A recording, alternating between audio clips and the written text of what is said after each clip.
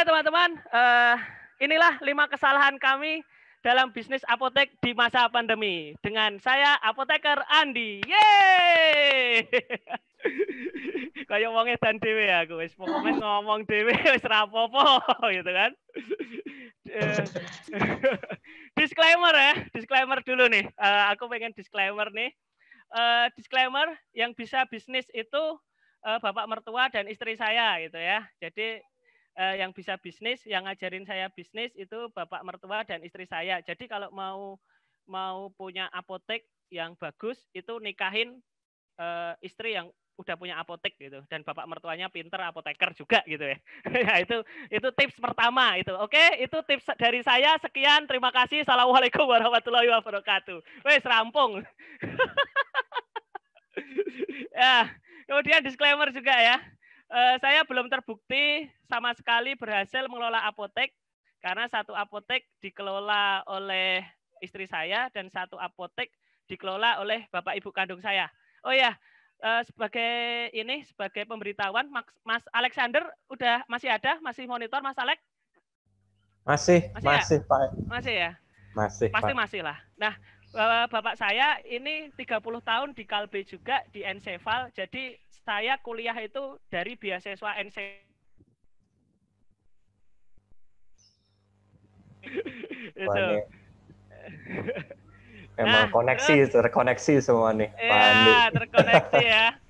Jadi yang berjasa itu Enseval berjasa sekali dalam hidup saya dan di masa-masa sulit kami keluarga semua ya. Kemudian yang mengembangkan apotek saat ini itu guru-guru saya di Master Apotek dan Kaliurang Connection. Jadi ini beliau yang mengembangkan apotek, memberi masukan-masukan apotek saya gitu. Ini beliau-beliau. Kemudian yang mengeksekusi lagi-lagi ide dari guru-guru saya itu bukan saya, tapi tim saya gitu. Nah, terus kelebihan saya apa? Saya itu cuma pinter bacot gitu. Pinter ngomong gitu, bercerita tentang yang mereka lakukan gitu.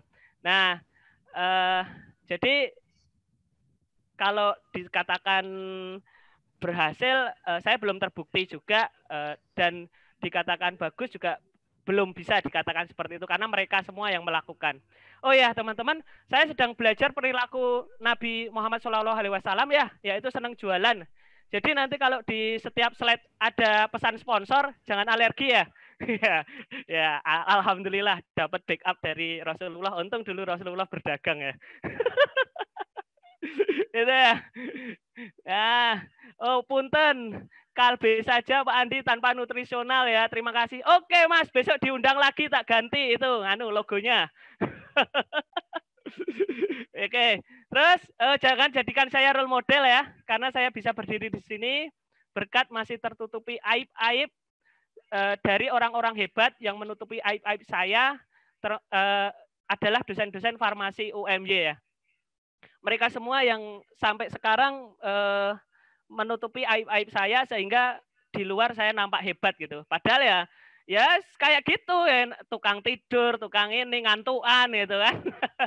Itu ya. Jadi terima kasih untuk dosen-dosen farmasi UMY yang sampai saat ini support saya pribadi untuk sampai bisa sejauh ini gitu. Dan tepuk tangan ya, aplaus sekali peserta hari ini itu kalau saya lihat ada 800-an dan ini peserta terbanyak saya kedua setelah PIT di Bandung, PIT di Bandung kemarin ya. PIT kemarin 1.100 ya kalau nggak salah, yang ini 1.500 gitu. 800 ya. Ya, viewernya ya. Keren. Tepuk tangan untuk Hiswarma. Yeay! Itu ya. Nah, ini Bapak Ibu, apa yang saya akan ungkapkan ini adalah sudut pandang dari apoteker yang jadi business owner. Jadi kalau ada yang kurang tepat, mohon japri. Apabila ada yang tidak sesuai idealisme gitu ya, idealisme apoteker. Karena saya kadang juga agak-agak bukan apoteker yang idealis gitu ya. Jadi idealisme saya cash, idealisme saya membantu orang untuk mendapatkan cash gitu, membantu orang dan orang itu bayar saya cash gitu ya. Itu jadi kalau ada yang kurang tepat mohon diingatkan ya. Nah ini yang belum bisa saya lakukan nih, membuat konsep bisnis itu, membuat konsep bisnis, kemudian mengimplementasikan untuk siap diduplikasi. Alhamdulillah apotek belum bisa ditinggal lama, udah selesai ini urusan. Kemudian belum menemukan metode stok opnam dengan mudah, alhamdulillah juga udah ketemu. Kemudian HPP belum tentu valid, stok opnam sulit banget, alhamdulillah juga udah ketemu. Baru setahun saya menemukan ini, dibantu guru-guru saya. Kemudian nilai kehilangan stok belum bisa di bawah 0,5% per bulan. Ya, ini belum bisa saya selesaikan nih. Nilai kehilangan stok saya per bulan itu masih 1,1%-an. 1,1%, 1,2%. Kemudian belum memiliki software terintegrasi operation keuangan HRD marketing. Ya, itu belum terintegrasi di software itu. Kemudian belum punya tim intelligent marketing, online marketing, dan offline marketing. Alhamdulillah ini juga udah. Nih, itu ya. Nah, kemudian ini yang menjadi cita-cita saya di usia 42 tahun tuh. Cita-cita saya di usia 42 tahun, itu kalau bisa saya memimpin organisasi apoteker gitu ya. Kemudian bisa membawa banyak pengikut, follower yang mau bayarin saya per bulan 100.000 ya. Per bulan 100.000. Terus besok kalau ada misalnya ada 1.000 aja itu paling udah 100 juta ya. 100 juta itu ya PD sana buat event ngundang pemateri terkenal, bayar uang gitu. Nah, saya pengen bisa mengarahkan banyak orang untuk menyelesaikan masalah bisnis apotek yang dimiliki. Nah, orang yang sudah selesai dengan masalah apoteknya itu sponsor saya itu untuk jadi untuk menyelesaikan teman-teman yang masalah-masalah apoteker ya. Kita berjuang di porsi kita masing-masing ya. Tadi Pak Nanang juga berjuang dengan idealismenya Pak Nanang dan organisasi. Kemudian teman-teman juga berjuang dengan organisasi idealisme masing-masing. Saya juga berjuang sebagai pengajar. Untuk saat ini saya berjuang sebagai pengajar. Karena apa? Karena bapak mertua saya itu juga dari dulu juga pasti jelek-jelekin apoteker. Nah, berarti kalau bapak mertua saja pasti udah jelek-jelekin sampai sekarang kok nggak selesai-selesai gitu. Wah, nggak rampung gitu kan. Oh, apoteker kira gelem kompak, apoteker kira gelem ini gitu. Bapak mertua saya itu udah kayak gitu. Tapi saya dipeseni bapak mertua, ayo kowe nek iso gitu, dikasih tantangan gitu kan. Nah, itu. Dikasih tantangan untuk menjadi menjadi mercusuar untuk menerangi teman-teman ya. Nah, itu hingga akhirnya saya hadir bersama guru-guru saya ada di Master Apotek. Nah, kesalahan pertama nih, mindset. Salah dalam berpola pikir saat menghadapi pandemi ini. Yang pertama itu hiu dan ikan remora tuh. Saya selalu membuat alasan tuh, selalu diingatin tuh. Jadi kontrol saya itu istri saya ya, rem saya itu istri saya itu. Kalau saya selalu membuat alasan karena kegagalan saya, itu istri saya yang selalu ngingetin gitu. Nah, ini saya membuat alasan bahwa pelanggan kita diambil oleh perusahaan besar ataupun BUMN dalam berbisnis itu. Nah, padahal enggak seperti itu ya. Padahal yang terjadi adalah fokus kita itu terlalu banyak keluar. Fokusnya enggak ke dalam. Saya salah fokus tuh. Terlalu fokus ke eksternal. Wah, itu perusahaan besar tuh. Ya wajar gitu kalau bisa bertahan gitu. Nah, padahal di internal masih banyak yang harus dibenahi dan dipelajari. Ini kesalahan saya yang kemudian saya benahi. Sekarang fokusnya adalah ke dalam yuk gitu. Terus yang dibenahi apa aja itu? Yang dibenahi apa aja gitu? Nah, ini yang dibenahi adalah 5 pilar bisnisnya. Jadi ada dari guru saya nih Ustadz Farid Triwidodo di Kaliurang Connection bahwa ada 5 pilar bisnis tuh. Ada ownership, marketing, operation, HRD, dan keuangan. Nah, ya udah dibenahi ke dalamnya tuh. Kalau pelanggan bermilih ke perusahaan yang besar, artinya teman-teman belum bagus di 5 pilar ini gitu. Gimana supaya pelanggan memilih outlet kita gitu. Nah, fokus ke internal, fokus ke dalam gitu ya. Nah, ini ownership, marketing, operation, HRD, keuangan. Terus fokus mana yang harus dipilih teman-teman? Nih, fokusnya adalah tergantung level bisnis teman-teman. apakah level bisnisnya teman-teman itu ada di starting atau dimulai usaha atau sudah mulai di level profiting, maksimalkan profit atau systemizing, mendokumentasikan, multiping atau duplikasi atau investasi. Nah, itu. Kalau masih starting, fokusnya ya di marketing gitu kan. Kalau sudah mulai ada untung, maka tutup kebocoran tuh. Kalau udah tutup kebocoran, maka mulai sistemasi tuh, dokumentasi tuh. Mulai sistemasi bisnis autopilot itu ya. Nah, kesalahan kedua saya nggak aware melihat data. Itu, saya nggak aware melihat data. Ada yang di sini di outlet teman-teman yang udah bisnis berdasarkan data, ngacung atau saya gitu. Siapa yang belum bisnis berdasarkan data? Ayo, saya gitu. Yang belum. Ayo chat. Mana nih? Pada malas ngechat ya? Aku, Bu Sri, Mbak Bintari, DK, materinya di-share gimana? Oh ya, kalau materi silahkan chat nomor WA saya ya. Chat nomor WA saya akan saya balesi, akan saya kasih materinya. Nih, sebentar. Nah ini, simpan dan japri nomor HP saya untuk mendapatkan materi hari ini ya. Itu, silahkan. 0895 3635 59481 tuh. Nah, tuh saya Mbak Devi loh, Mbak Devi ada di sini. Tadi ketemu, sekarang ketemu ya. Nah, bisnis berdasarkan data ya. Silahkan chat ya. Admin saya akan balesin tuh WA-nya. Udah ya? Udah ada yang chat? Oh ya, itu udah banyak yang masuk chatnya. Silahkan kalau ada yang mau minta materinya, simpan nomor saya dan chat tuh. 0895 3635 59481. Catet itu. Susah nemuin aku besok kalau aku udah terkenal. Nah, yang kesalahan kedua ya, ini business owner tidak aware melihat data. Business owner itu bicara data loh. Dengan data kita bisa ngukur. Dengan ngukur, kita bisa ngatur.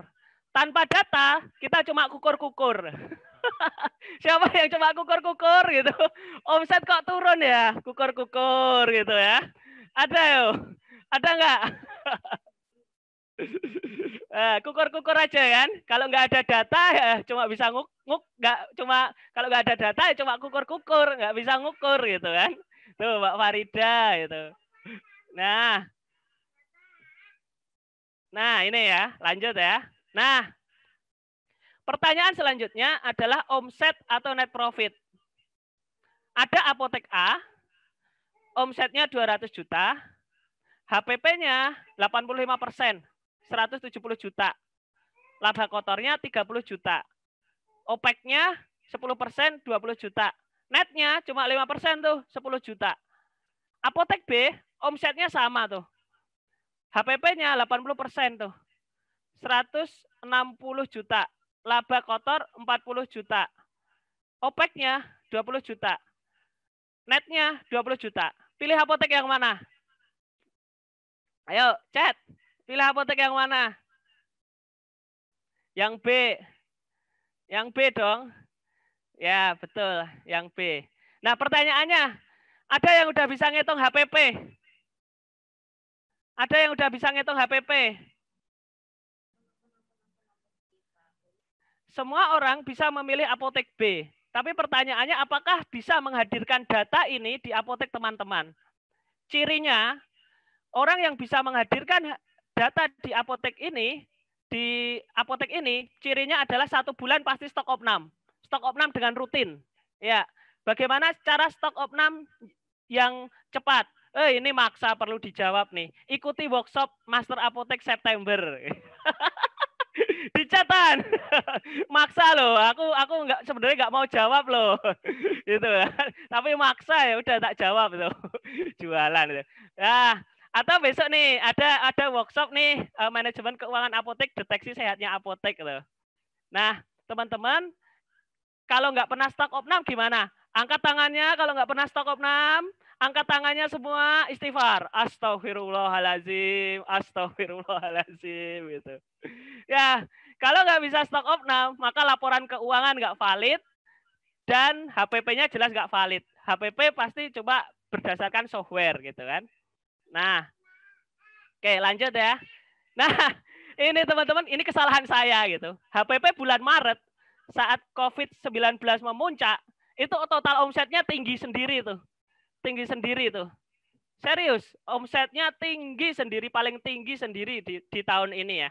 Tapi HPP saya itu 85%. Kaget saya, awal bulan, wah seneng. Tengah bulan seneng gitu. Saat setelah stok opnam itu kok cuma 85% gitu. Cash-nya paling sedikit gitu. Ini kejadian nyata dan fatal yang saya alami gitu ya. Di bulan Maret itu omsetnya paling gede tuh. Tapi cash yang saya dapat itu paling dikit di antara bulan-bulan yang selanjutnya gitu. Ini menyakitkan gitu. Saya benar-benar diajak sama guru sakit gitu. Nah, ini jadi aware, teman-teman harus aware dengan HPP ya. HPP bisa dilihat di software. Ya, itu HPP software, tapi belum valid. Harus ada stock opnam tuh. HPP di masa pandemi naik turun, susah nyikapinya. Harus diatur, Bu Tia, harus diatur. Itu makanya ownership yang harus ngatur tuh.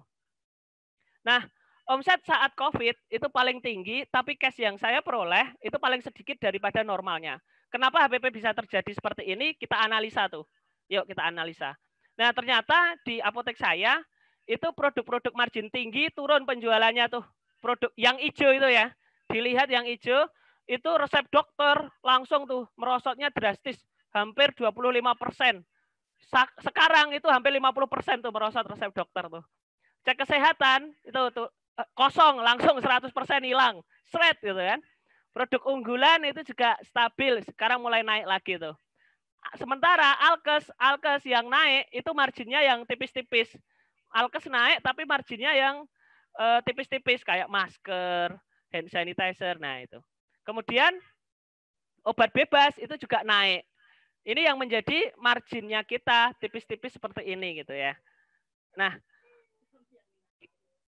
ya, ini solusinya ketika kita bulan Maret, saya sadar seperti itu, saya langsung ngatur ulang margin produk-produk COVID-19 dan membuat produk-produk substitusi COVID-19 yang marginnya gede gitu.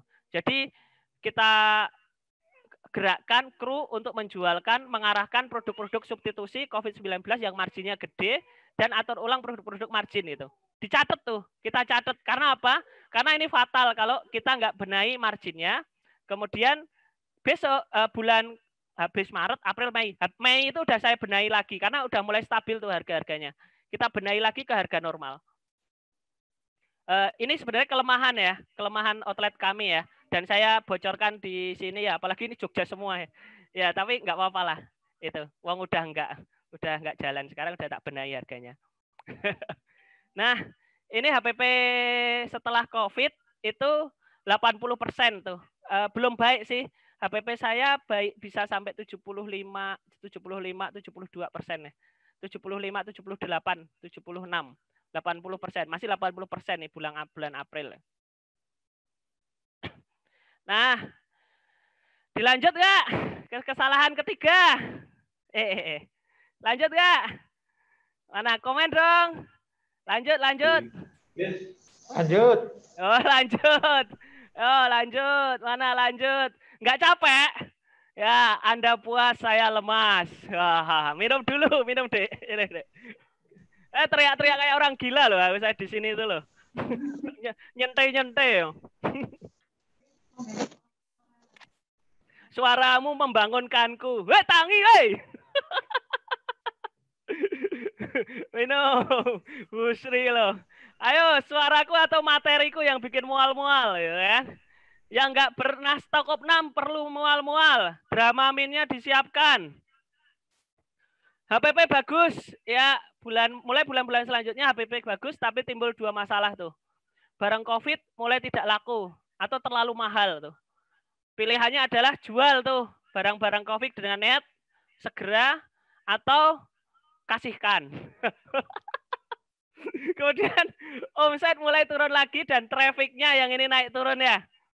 Trafficnya naik turun ya. Trafficnya naik turun. Masalah lain yang mungkin dialami teman-teman itu cash habis akibat COD. Tagihan gagal bayar. Siapa yang ngalamin? Ayo, Acung. Acung. Oh, Acung. Nah, cash habis itu teman-teman. Aku. Tagihan PBF ngelok. Tenang, masih ada apotek tetangga. Nempel.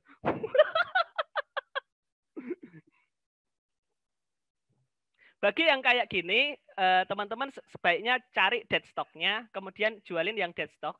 Dead stock selama 3 bulan nggak laku, gimana caranya bisa terjual, lalu dijualin gitu.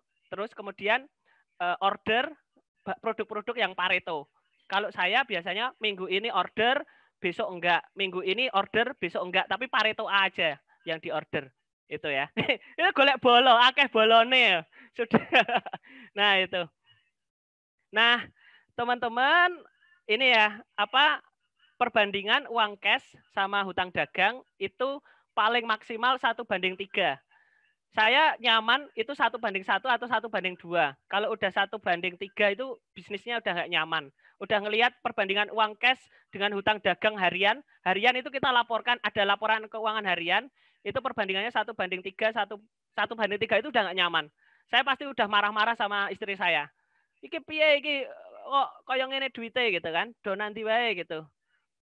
Nah, itu. Terus kenapa 1:2? Maksimal 1:4, tapi 1:4 itu udah nggak nyaman sekali. Karena misalnya utangnya 100, hutang dagangnya 200 atau 300 gitu. 200 deh, 200 per 4 dibagi 4 kan 50, per minggu ngelunasi 50 juta, per minggu 50 juta, per minggu 50 juta gitu. Nah, itu saya ya, tapi ada juga yang 1:6, 1:7 gitu, asalkan teman-teman udah fluent, udah bisa bisnis, itu nyaman. Lah kok yang dimarahin istrinya Pak gitu. Lah iya, kan suami selalu benar. Mau marahin karyawan udah mesti langsung resign kalau saya marahin karyawan. Ya, mending istri yang dimarahin gitu kan, nggak resign. Saya yang disuruh tidur luar lah. Wah, ini Makassar, ini kasar ini. Bud, kamu kenapa ikut ke sini Mas Bud? Asem. Nah, nih barang COVID mulai tidak laku, terlalu mahal dan terlalu banyak. Tuh, ada scrap, alkohol gitu ya, ada imbos, tuh ya.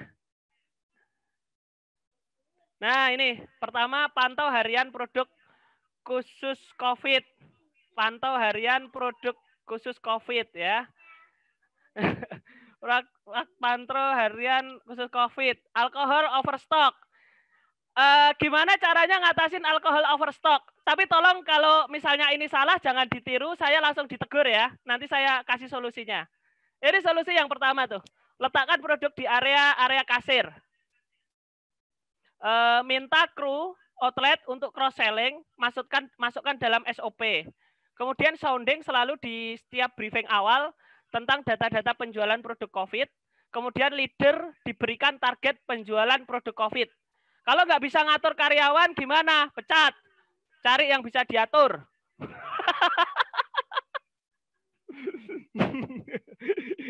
Pokoknya kalau berani rekrut, berani pecat. Ampun. Nah, itu ya. Terus ini, Race. Ini salah nggak ya? Kalau kenapa saya beranikan seperti ini? Karena kalau salah ya udah saya minta maaf terus nggak tak ini gitu ya. 30 bagian alkohol 70% mahal, ditambah 70% alkohol 70% murah, terus jual botol semprot gitu, dimasukkan botol semprot, dietiketi alkohol 70% gitu. Ya, etiketi aja alkohol 70% gitu.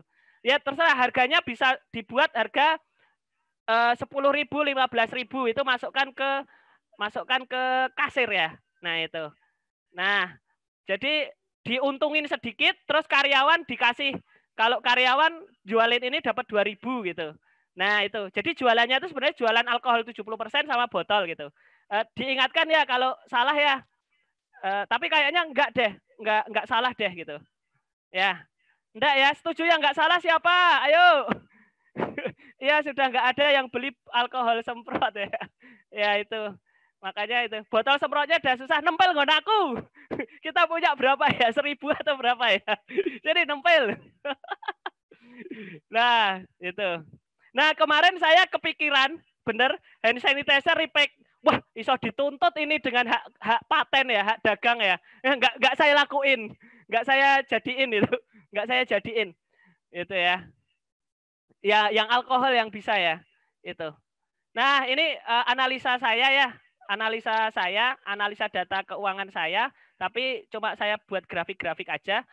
Total omset itu harusnya bulan Juni ini dan Mei, bulan Juni ini sudah sama dengan bulan Februari. Coba dicek ya. Coba dicek. Nah ini racek ya 30%. Oh ya, susu Hepata Solo lah. Susu terbaik untuk gangguan hepar. Iklan dulu. Nah, nih kasus di tempat saya itu trafficnya orang yang datang itu turun tuh. Orang yang datang turun. Kemudian total omsetnya alhamdulillah udah mulai sama atau hampir naik ya. Naik di bulan Februari gitu. Nah, silahkan saya menilai itu. Saya menilai ini ngapain ya? Apa saya salah gitu? Pengaruh perubahan protokol pelayanan ya. Mungkin karena di tempat saya itu kita menjalani protokol pelayanan pertama cek suhu tubuh, kemudian pakai hand sanitizer, kalau menggunakan masker, kalau enggak pakai masker kita yang ngambilkan, pelanggannya duduk di luar. Kemudian kalau suhu tubuhnya lebih dari 38, pelanggannya di luar, kita yang ambilkan gitu ya. Ini bisa jadi blunder saya di sini gitu. Blunder saya di sini bisa jadi, tapi ternyata enggak gitu. Saya WhatsApp pelanggan-pelanggan gitu, oh enggak malah lebih bagus, merasa lebih nyaman seperti itu gitu. Nah kemudian saya cek di penjualan pergolongan. Cek penjualan pergolongan. Traffic itu turun, itu ada di resep dokter dan cek kesehatan. Cek kesehatan itu sendiri perharinya 40 orang loh yang hilang. Perharinya 40 orang di tempat saya hilang. Kalau yang resep dokter tak tulis X gitu ya, rahasia. Coba teman-teman ini ya, teman-teman saya membuat ini untuk melatih pola pikir teman-teman sebagai business owner ya. Jadi membaca data gitu, baca data. Jadi ikuti pola pikir saya gitu ya. Tidak hanya melihat data saya gitu. Karena bisa jadi masalahnya di tempat saya dan di tempat teman-teman beda gitu. Nah, kami menyimpulkan ternyata betul traffic itu turun itu dari cek kesehatan dan traffic dari turunnya resep. Ternyata omsetnya tetap itu karena kebantu kita di marketing online, di penjualan online-nya gitu ya. Di penjualan online-nya nanti ada data juga penjualan online kami gitu. Nah, ini yang bisa kami simpulkan gitu. Nah, dari situ kami memberanikan diri mendesain cek kesehatan dimulai lagi berdasarkan protokol kesehatan. Untuk protokol kesehatan kami buat gimana caranya agar tetap aman untuk karyawan dan untuk pelanggan gitu. Untuk tensi kita menggunakan yang lengan. Untuk tensi menggunakan yang lengan. Kemudian untuk yang cek gula, cek kolesterol itu tetap tapi pakai sarung tangan. Dan itu pakai protokol alkohol dulu, semprot semua, terus dimasukkan ke sini, terus dibuang ke sini, lewat ke sini gitu. Dan itu ceknya pakai kaca, itu dilapisi kaca cuma kecil segini ya. Itu terus sampahnya juga kita masukkan ke sini, kita semprot-semprot gitu. Nah, saya nggak tahu ini apakah ada, mohon ditegur kalau misalnya keliru. Tapi faktanya saya mendapatkan masalah seperti ini gitu. Mendapatkan jumlah kunjungan dan banyak pelanggan-pelanggan yang menghendaki mencari solusi ini gitu dan di mana pada nggak berani. Kemudian kita 2.000 pelanggan yang cek kita hubungi lagi tuh. Kita hubungi bahwa kita sudah ada cek kesehatan lagi gitu. Nah, cara ngatasi penurunan omset resep dokter gimana gitu. Cara ngatasi penurunan omset resep dokter gimana? Ini yang belum ketemu solusinya. alhamdulillahnya kita terbantu di online gitu. Kok bisa omset mulai stabil di bulan Juni padahal terjadi penurunan transaksi? Nah, ada tanda tanya nih di tempat saya. Ya memang normalnya begitu gitu mungkin ya. Bisa jadi normalnya begitu. Di tempat teman-teman juga begitu bisa jadi gitu. Kemudian keberuntungan gitu. Bisa aja beruntung gitu juga kan. Nah, kemudian ada online marketing. Kami di bulan April, Mei, Juni itu online marketingnya mulai jadi tuh, mulai jadi yang kuning-kuning itu, yang kuning-kuning grafik yang kuning-kuning itu adalah penjualan omset online marketing tuh. Itu ya. Nah, di kuning-kuning itu gitu. Dan sama kita menerapkan tangga produk, menerapkan penjualan berdasarkan tangga produk. Apa sih tangga produk itu? Nih, tangga produk. Produk penetrasi, produk unggulan. Ada fungsi produk penetrasi itu adalah mendapatkan database perilaku konsumen tuh. Nah, teman-teman jangan bermain di produk penetrasi. Bagi kami, semua orang yang berkunjung di outlet apotek itu adalah membeli produk penetrasi. Maka fungsi kita harus memiliki produk unggulan di mana marginnya keuntungannya gede. Nah, itu yang akan kita jualkan setelah kita membaca database perilakunya. Nah, ini produk unggulan dari kami yang terbaru, Family Care Indah Pharma. Ada paket stroke. Itu misal ada orang yang beli Pampers atau beli Entramik itu ya, atau Entramik atau Hepatosalola atau apa gitu ya. Nah, ini pesan sponsor soalnya kan. Nah, itu ambil data siapa saja pelanggannya. Dialah target market untuk produk unggulan tuh. Dialah target market untuk produk unggulan. Nah, kita jualin, kita naikkan ke paket Family Care Indah Pharma. Ini kita jualin ini. Apa sih ini gitu? Nah, ini harganya 350.000 tuh. Paket Family Care Indah Pharma ini Anda akan memiliki dokter pribadi, apoteker pribadi, perawat pribadi, dilayani 24 jam, delivery order, grup WhatsApp private keluarga gitu. Nah, ini keuntungan-keuntungannya ada cek kesehatan rutin, obat rutin gitu, VVIP member card, kunjungan setiap membutuhkan, grup kesehatan private keluarga yang hanya isinya keluarga mereka gitu. Itu. Nah, kesalahan keempatnya merasa tidak mampu. Coba pertanyaan, siapa yang mau beli ini? Nggak ada. Ada nggak? Ayo, nggak mau. Siapa yang mau? Yuk, chat. Nggak mau. Nggak mau. Ayo, ada yang bisa menjualkan ini? Ada yang bisa menjualkan ini? Chat dong. Chat dong. Mana ya chatnya ya? Untuk apoteker pribadi gimana cara naik biaya konsulnya pada gratis semua gitu. Nah, itu. Cara jual susu Peptisol itu bagaimana Pak? Apa bisa ditandem dengan produk pajang aja kalau yang itu marginnya, kalau dia marginnya gede ya bisa caranya gitu. Nah, ayo ada yang bisa jualin atau ada yang nggak yakin saya bisa menjualkan ini? Ada yang nggak yakin saya bisa menjualkan ini gitu? Ada? Nah, kirim ke Gunung Kidul saya jual. Ini absen nggak ya? Kok malah absen nggak? Iya sih. Kalau saya pajang paling di depan etalase. Bisa, tapi nggak banyak. Nah, teman-teman, kesalahan keempat, merasa tidak mampu ketika menjualkan produk mahal. Jadi kelemahan kita sebagai apoteker itu kita takut, benar-benar takut jualin produk mahal. Itu. Nah, ini padahal keuntungannya adalah ini ya. Harga jual 350, cara nyusun struktur harganya yang seperti ini untuk agar bisa ini bagus. Harga jual, HPP, biaya operasional, profit, sama referral. Nah, referral ini untuk orang yang sudah beli menawarkan ke orang lain tuh. Itu dapat 50. Terus nanti dia dapat profit sharing kalau dia ada pembelian berulang obat-obatannya atau apa itu 5% gitu. Nah, itu ya. Nah, kendalanya nggak gampang tuh bentuk tim yang mau jualan. Apalagi jualan produk semahal itu gitu. Terkadang juga mereka nggak percaya bahwa emang ada yang mau, itu kan. Bagaimana membuat tim dapat menjual produk tersebut, itu. Nah, ini adalah budaya sebelumnya ya. Ini adalah budaya yang kita kampanyekan di Indah Pharma saat rekrutmen, saat training, inisiasi, atau per bulan ada kampanye per budaya itu. Budaya kami itu menjadi manusia super gitu. Nah, ini ada poin yang kedua itu adalah yakin semua hal adalah mungkin. From impossible to possible gitu.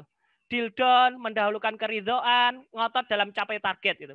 Nah, budaya ini kita selalu degongkan saat rekrutmen, saat interview, saat training inisiasi, saat briefing awal gitu.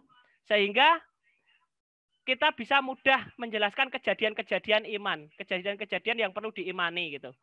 Nggak gampang sih teman-teman, makanya saya share ke teman-teman. Kalau gampang nggak saya share. Ngelola uang ya angel. Ya, dulu omset apotek nih ya, kejadian-kejadian iman yang pernah saya lakukan ya. Dulu omset apotek itu segini nih. Alhamdulillah saat ini luar biasa seperti mimpi itu. Nggak nyangka loh gitu. Terus saya juga ini memberikan PIC kepada tim. Biasanya kalau kan saya nggak mungkin ya kerja sendiri. Biasanya saya pilih jenderal untuk mengerjakan proyek gitu. Nah ini loh Mas Adil, dulu dia ragu banget jual paket beauty class harga 100.000. Nyatanya terbukti bisa. Nah, disertai foto. Ada training-training sebelum PIC gitu. Sebelum kita membuat project baru gitu ya. Nah, ini ada training-training seperti ini gitu. Terus ini contohnya. Saya minta salah satu kru yang menjadi PIC berjualan, terutama produk-produk mahal, dia tak minta aku cerita calon tim yang ingin jadi PIC. Ini loh, Mbak Intan ini loh misalnya. Ini dia udah berhasil tuh jualan seminar paket master apotek 2,5 juta tuh. Bulan September besok, sekarang udah ada peserta 6. 7 malah. Nah ini, apa sih agendanya gitu. Kunci kebocoran, semuanya kita akan kunci kebocoran, kita akan bahas kunci kebocoran gitu. Nah, mosok kamu nggak bisa gitu. Dahulukan dulu keridoannya dulu deh gitu. Nah, jadi kalau ada kru yang ditunjuk untuk PIC, kata-kata ini yang muncul biasanya.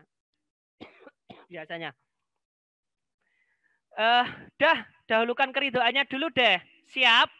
Nah, ini yel-yel yang biasanya kami tanamkan ke anak-anak. Siap, kami akan menjalankan tugas dengan sebaik mungkin gitu ya. Nah, itu yel-yel yang saat training inisiasi kita ini gitu. Ngotot ya. Nah, kita selalu bilang ngotot ya. Kalau gagal nanti cerita gagalnya di mana. Kita carikan solusinya. Nah, ini persiapan-persiapan yang harus teman-teman lakukan gitu. Saya yakin di dalam diri teman-teman sekarang itu pasti ada perasaan masa mungkin bisa menjual produk itu gitu kan. Ya, nggak tahu aja gitu kan kalau bisa gitu. Nah, ini adalah training 100% rejection. Dari data pelanggan berdasarkan perilaku tadi itu ditawarkan melalui kunjungan atau telepon. Biasanya kami pilih yang kaya, yang punya uang gitu ya. Nah, itu dari data rupiah penjualan atau dari kunjungan ya, yang rumahnya bagus-bagus gitu ya. Nah, itu bila ditolak, maka kita harus tahu alasannya. Kenapa ya menolak? Oh ya, Bu, kenapa Ibu nggak berminat dengan produk ini gitu. Nah, misalnya dia jawab, kami belum butuh. Oh, berarti promosinya kurang tuh, edukasinya kurang. Atau terus pertanyaan, siapa ya yang kira-kira berminat dengan produk ini gitu. Itu. Maka harus tahu tuh kalau ditolak itu kita harus tahu alasan orang nolak jualan kita itu apa gitu loh. Itu ya. Nah, ini game yang membuat kemaluan kita hilang. Nah, pertanyaan selanjutnya adalah bagaimana cara menjualnya? Apakah secara online atau offline?